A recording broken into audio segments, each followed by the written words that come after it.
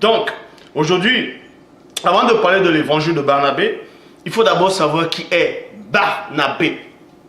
Est-ce qu'on parle réellement de Barnabé dans la Bible actuelle? Pour cela, on va d'abord dans prologue. Avant d'aller même dans où on parle de Barnabé dans la Bible, on va un peu toucher juste le début du livre de Barnabé, de l'évangile de Barnabé, où il est dit prologue de l'évangile de Barnabé. Il est dit, Barnabé, il explique là-dedans, en tout cas, on va vous expliquer si c'était vraiment Barnabé qui a écrit cet évangile-là, ou bien c'est d'autres personnes dont on connaît. Vous voyez, dans cet évangile de Barnabé, il fait l'introduction, il raconte que Satan a séduit plusieurs personnes, vous voyez, et parmi ces personnes que Satan a séduit, Barnabé, dans l'évangile de Barnabé, il met l'accent sur Paul de Tarse, en disant que Paul c'était un égaré, donc Paul était un agent de Satan. Là, c'est comme ça dans le livre de Barnabé. Et pour cela, il dit cela, Paul lui-même était dans l'erreur, et je n'en parle pas sans douleur. Vous voyez, on dit ici là que Barnabé écrit, il dit que Paul lui-même était dans l'erreur, et qu'il n'en parle pas avec douleur. Donc pour vous dire ici, qu'il s'est passé quelque chose entre Paul et Barnabé, donc quelque chose vraiment qui l'a troublé, qui l'a tellement irrité, qui l'a dérangé, qui l'a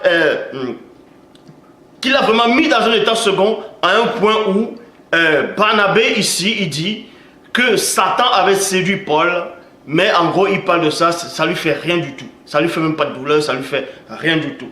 Donc, on va maintenant entrer dans l'histoire de Barnabé. Barnabé face à Paul, qui était réellement Barnabé. Remarquez que dans d'autres versions, il est écrit Barnabas. Barnabas et non Barnabé. Mais ici, on va s'arrêter sur les versions qui parlent de Barnabé. Dans Actes des Apôtres, chapitre 13, au verset 1 à 2. Dans la Bible de la liturgie, il est dit « Or, il y avait dans l'église qui était à Antioche des prophètes et des hommes chargés d'enseigner. » Barnabé, Siméon, appelé le Noir. Lucius de Cyrène, Manahéne, compagnon d'enfance d'Hérode, le tractaire.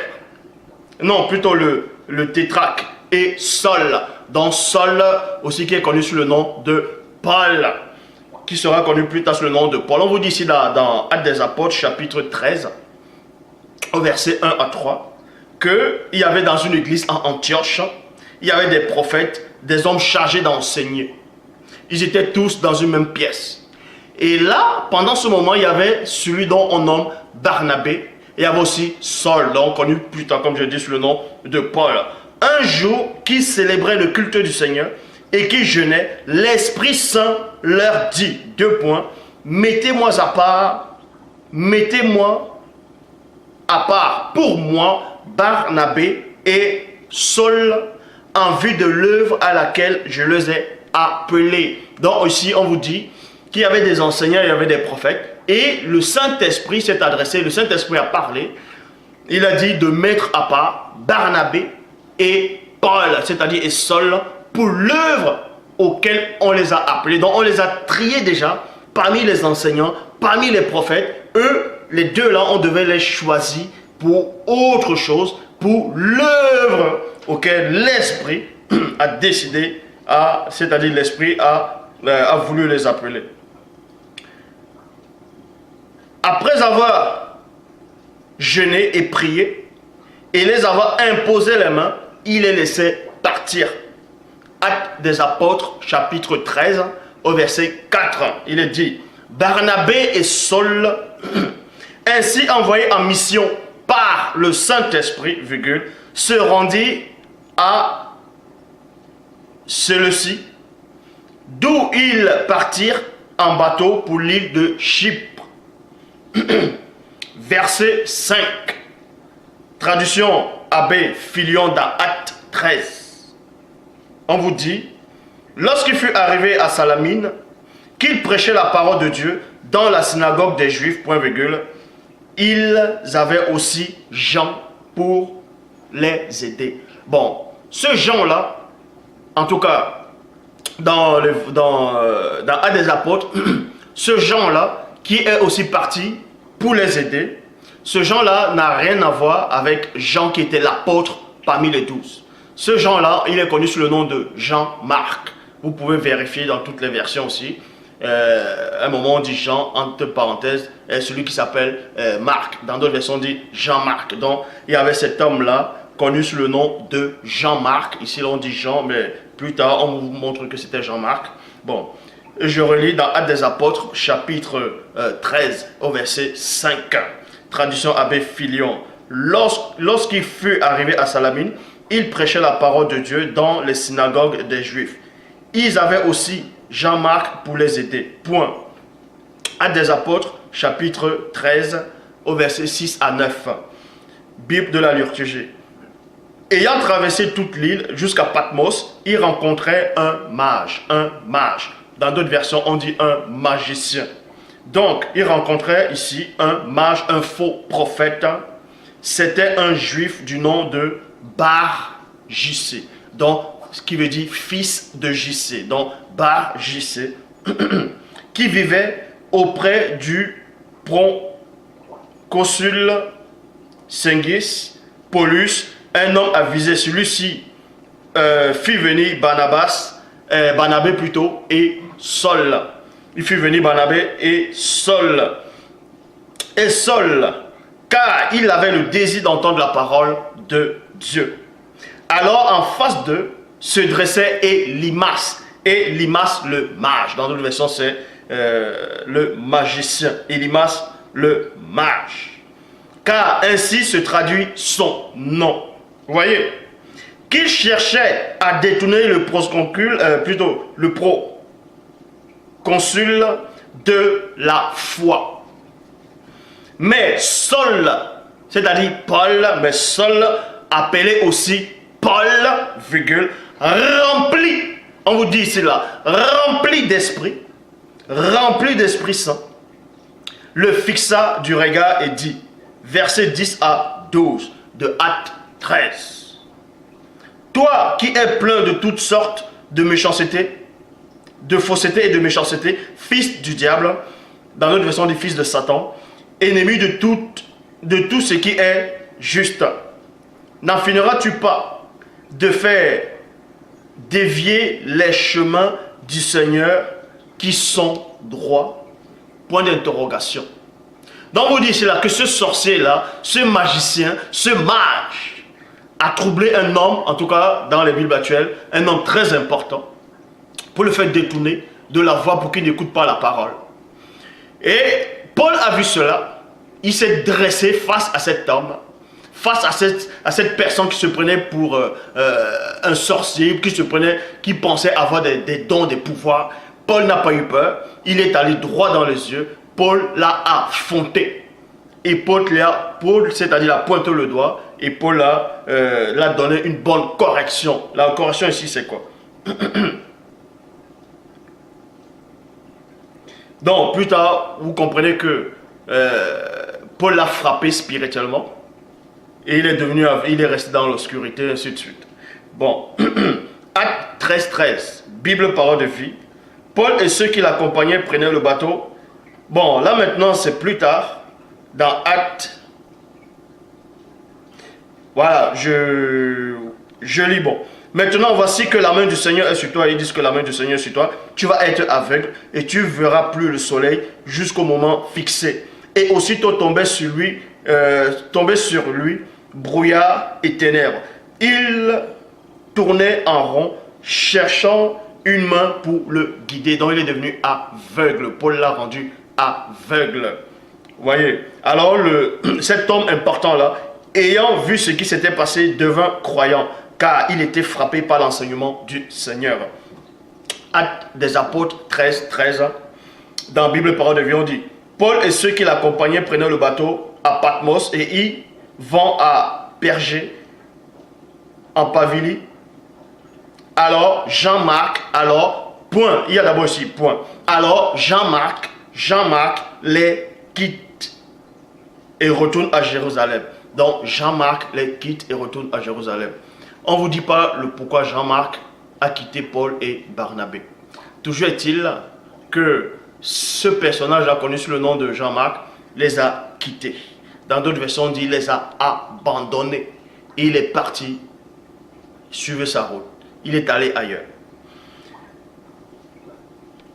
Dans Actes des Apôtres, chapitre 15, au verset 36 à 39, Actes 15, 36 à 39, il dit, quelque temps après, Paul dit à Barnabé, retournons donc visiter les frères à chacune des villes où nous avons annoncé la parole du Seigneur pour voir où ils en sont.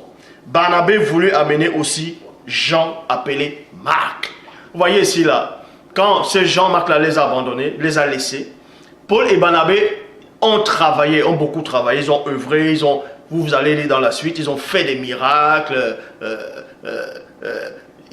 ils ont fait des guérisons, ils ont fait des choses extraordinaires, ils ont beaucoup œuvré. Mais ce Jean-Marc là les avait abandonnés, il n'était plus là.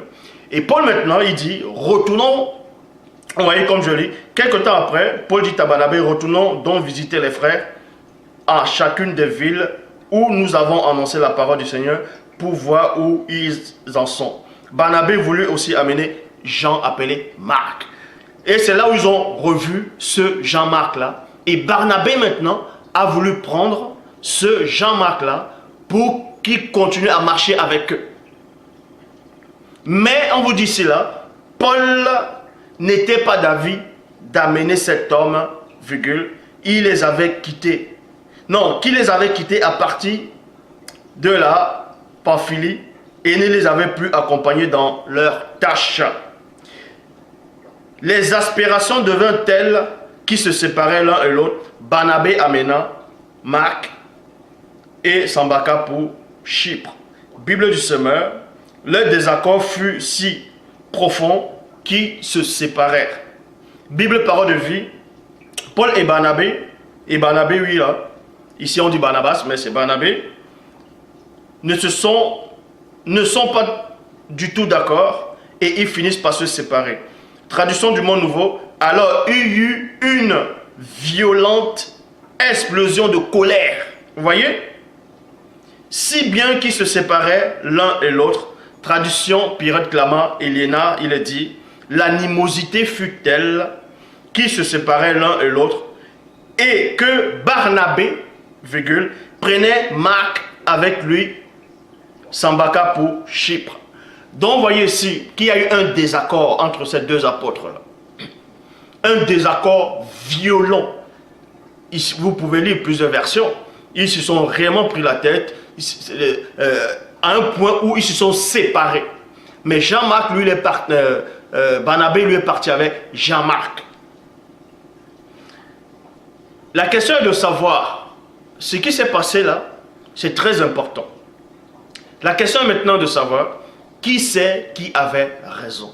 Est-ce que Paul avait raison de dire à Barnabé que ce Jean-Marc là qui les avait abandonnés ne puisse plus venir avec eux? Ou bien c'est ou bien c'est Barnabé qui avait raison de prendre Jean-Marc? Qui c'est qui a été inspiré de l'Esprit Saint en ce moment? Et qui c'est qui a renoncé à l'Esprit Saint à ce moment? Là, on vous donne la révélation. Toujours dans Actes des Apôtres, chapitre 15, au verset 38, il est dit, traduction, le maître de Sarsi. Mais Paul le pria de considérer qu'il n'était pas propos de prendre, non, qu'il n'était pas à propos de prendre avec eux celui qui les avait quittés, vous voyez, en Pamphylie, et qui les avait point accompagnés dans leur ministère. Donc Paul, il se plaignait, il disait qu'il n'est pas convenable, qu'il est inadmissible que celui qui nous a abandonnés à un moment où on œuvrait, plus tard, tu puisses encore le récupérer. Ce n'est pas possible.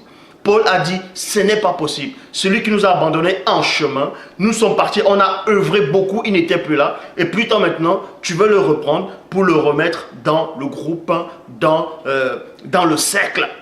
Paul lui dit, ce n'est pas possible. Mais vous devez comprendre ici que quand Paul parlait ainsi, Paul était sur l'inspiration du Saint-Esprit et non Barnabé. Barnabé ici était déjà égaré. Barnabé n'avait pas compris l'enseignement. Barnabé ici, Satan l'avait déjà séduit. Il était déjà sur l'emprise des forces occultes. On va vous le démontrer. Donc, Bible annotée de Chaffner, Paul jugea convenable de ne pas prendre avec eux celui qui les avait quittés depuis la Pamphylie et qui les avait point accompagnés dans les œuvres. Paul ici a été inspiré par le Saint-Esprit. On va vous le montrer parce qu'il est dit dans Jean chapitre 8 au verset 17. Et c'est le Christ qui dit, il est écrit dans votre loi que le témoignage de deux personnes est vrai. Donc, Christ dit qu'il est écrit dans votre témoignage, dans votre loi, que le témoignage de deux personnes est vrai. Deutéronome 19 au verset 15.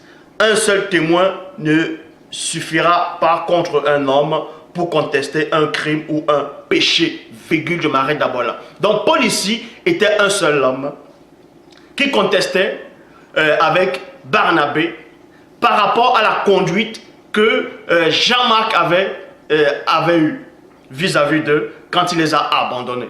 Et on vous dit ici dans la loi, en tout cas dans cette loi-là, que ça ne devait même pas, en tout cas selon Deutéronome, un seul témoin ne suffira pas contre un homme pour contester un crime ou un péché.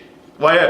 Donc il faut maintenant qu'il y ait une deuxième personne, en tout cas visible physiquement, qui va aussi avoir les mêmes propos, soit, en tout cas une autre personne inspirée toujours par l'Esprit de Dieu, qui aura les mêmes propos que Paul, pour attester effectivement que Barnabé était dans l'erreur, ou bien une autre personne toujours qui a le Saint-Esprit, pour attester les propos de Barnabé, par rapport à quand il a accepté de reprendre Jean-Marc, pour attester que c'est Paul qui est dans l'égarement, parce qu'il faut un témoignage de deux personnes. On vous dit ici, Deutéronome chapitre 19 au verset 15, un seul témoin ne suffira pas contre un homme pour contester un crime ou un péché, quel qu'il soit. Un fait ne pourra s'établir que sur la déposition de deux ou de trois témoins. Actes des apôtres, chapitre 1, au verset 21 à 22. Je répète, Actes, chapitre 1, verset 21 à 22. Vous verrez ici que quand Christ est reparti, il y a eu les apôtres qui sont restés.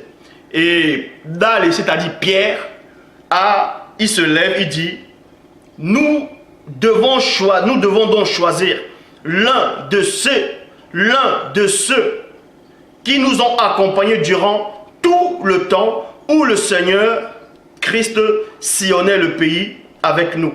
Depuis le moment où Jean l'a baptisé, jusqu'au jour où il a été enlevé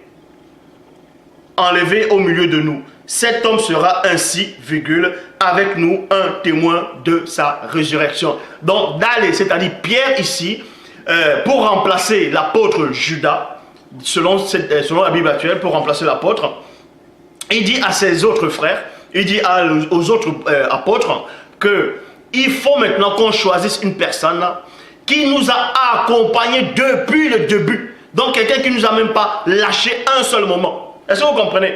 C'est exactement la même pensée que Paul avait eue quand il a dit que ce Jean-Marc-là ne devait plus les suivre. Parce que ce Jean-Marc-là les a abandonnés en cours de route. Donc il était inadmissible que Jean-Marc-là puisse revenir dans le groupe. Et c'est ce que Pierre avait confirmé bien avant Paul. Avait déjà confirmé. Donc Pierre a eu ce témoignage déjà. Et Paul aussi a eu ce témoignage. Donc le témoignage de deux personnes est vrai.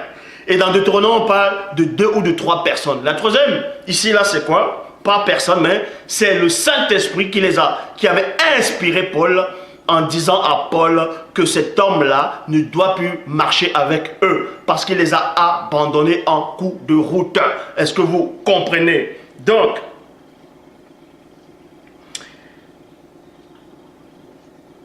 je répète, Actes des Apôtres, chapitre 1, versets 21 à 22. Nous devons donc choisir l'un de ceux qui nous ont accompagnés durant tout le temps où le Seigneur Christ sillonnait le pays avec nous. Depuis le moment où Jean, jusqu'au jour où il a été enlevé, donc c'est quelqu'un qui les a jamais abandonnés. Donc en gros, c'est quelqu'un qui les a toujours suivis, qui n'a pas pris sa direction ailleurs plus tard. Et Paul, plus tard, avait compris cela, pour vous montrer que lui-même était sous l'inspiration du mundi, de l'esprit. 1 Corinthiens, chapitre 1, au verset 12. Donc, on vous apprend ici que Paul et Barnabé se sont donc séparés. Ils se sont séparés, il y avait un désaccord. Barnabé a suivi son chemin avec ce Jean-Marc. Paul, lui, a suivi son chemin avec, c'est-à-dire plus tard, il a eu d'autres disciples, d'autres qui ont marché avec lui. Bon. Et dans la suite, on va donc voir qui c'est qui est devenu, comment Barnabé est devenu comment, puisque plus tard, on a reparlé de Paul. Paul, le Saint-Esprit agissait toujours avec lui. Il faisait des miracles extraordinaires. Il a vu d'aller, il a vu les autres apôtres. Même les autres apôtres ont confirmé qu'effectivement, Paul est toujours dans la parole. Beaucoup de gens, beaucoup de croyants à cette époque ont attesté que Paul marchait toujours dans l'obéissance. Tandis que maintenant, on va parler de ce Barnabé. Quand il s'est séparé avec Paul, qu'est-ce qui lui est arrivé? Est-ce qu'il a continué à demeurer dans la parole ou pas? Donc, 1 Corinthiens, chapitre 1, au verset 10 à 11, il est dit: « Je vous exhorte, frères, par le nom de Christ, à tenir un même langage. » Là, c'est Paul qui parle ici. Plus tard. « Et à ne point avoir de division parmi vous. » Mais lui, il avait eu déjà une division avec Barnabé. Mais ce n'était pas, en tout cas venant de lui, Paul, ce n'était pas une division de l'homme livré à lui-même. C'est plutôt Barnabé qui agit en tant qu'homme livré à lui-même. C'est pour ça que Paul avait compris cela. Et il exhorte aux croyants plus tard de ne pas être comme Barnabé, de ne pas avoir ce comportement qui vient de Satan. Donc, 1 Corinthiens chapitre 1, verset 10 à 11. « Je vous exhorte, frères, par le nom de Christ, à tenir un même langage et à ne point avoir de division parmi vous, mais à être parfaitement unis dans un même esprit et dans un même sentiment. Car mes frères, j'ai appris à votre sujet, par les gens de Chloé, qu'il y a des divisions au milieu de vous. » Donc, Paul, il n'aimait pas la division. Il n'aimait pas quand il y avait division entre les frères. Ça le dérangeait beaucoup. Parce que c'est quelqu'un qui avait compris le mystère de l'unification, qui avait compris le mystère de la parole. C'est pour ça qu'il était vraiment quelqu'un qui œuvrait beaucoup. Donc, Paul de Tarse, c'est-à-dire son maître, il œuvrait beaucoup pour l'œuvre. Il n'aimait pas, comme je dis, les divisions, les problèmes. Quand il y avait des situations graves, il faisait tout pour régler ces problèmes-là. Donc maintenant, ici, il a appris qu'il y avait des divisions dans une grande communauté, des croyants qui se sont embrouillés, qui se séparaient par les langages, par leur état d'esprit, par les façons de faire et d'agir et de voir les choses. Et Paul est venu régler cela, il écrivait tout le temps des lettres. Donc on vous dit ici qu'il a appris que, car mes frères, j'ai appris à votre sujet par les gens de Chloé, qu'il y a des divisions parmi vous. 1 Corinthiens, chapitre 1, au verset 12, Bible Parole de Vie. Voici ce que je veux dire. 2 points. Chacun de vous affirme des choses différentes. Chacun de vous affirme des choses différentes. L'un dit, moi j'appartiens à Paul. Vous voyez? Point. L'autre dit, moi à Apollos. Un autre encore, moi j'appartiens à Pierre, à Dalé. Et à un autre dit, moi au Christ. Remarquez ici que nulle part le nom de Barnabé est sorti. Donc à cette époque-là, les croyants ne considéraient même pas celui dont on appelait Barnabé. Barnabé n'était plus rien du tout, vu qu'il avait déjà abandonné l'œuvre. Oui, on va vous montrer ces passages-là. Barnabé avait abandonné l'œuvre, il est allé suivre une autre doctrine, une doctrine occulte. Barnabé s'est retourné contre le Christ. Il s'est retourné contre Paul. Il s'est retourné contre la parole. Il a été livré à Satan. C'est pour ça que plus tard, il écrit le livre, l'évangile de Barnabé. On va vous montrer cela. Donc, il a été livré. Il a été ici livré complètement. C'est pour ça que les croyants à cette époque, on pensait toujours à Paul, parce que Paul, le Saint-Esprit agissait toujours avec lui. Donc, beaucoup de croyants savaient qui était Paul. C'est pour ça que d'autres disaient, moi je suis de Paul. On savait aussi qui était Apollos. C'est pour ça qu'on dit, moi je suis d'Apollos. On savait qui était Pierre, c'est-à-dire d'aller. D'autres se confiaient, disaient que moi j'appartiens à Pierre. Tandis que d'autres disent, moi j'appartiens à Christ. Galates, chapitre 2, au verset 13. Tous les autres frères d'origine juive ont été aussi faux que lui, virgule, et leur conduite fausse a même entraîné Barnabé. Vous voyez, on vous dit ici qu'il y avait des juifs qui ont agi faussement, pas l'hypocrisie, ils ont eu un comportement, ils ont fait quelque chose qui n'était pas bien, selon la loi, selon le verbe.